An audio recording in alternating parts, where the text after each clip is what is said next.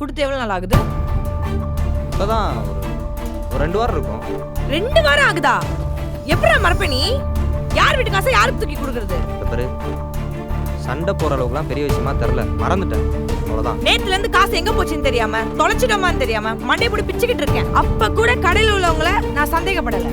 இனிமே காசு எடுத்து ஒளிச்சுதான் வைக்கணும் போல. நித்யா, வார்த்தையை பார்த்து பேசு, மரியாதை நீயே கெடுத்துக்காத. ஒரு அறதான் விழுவும். அரைவியா?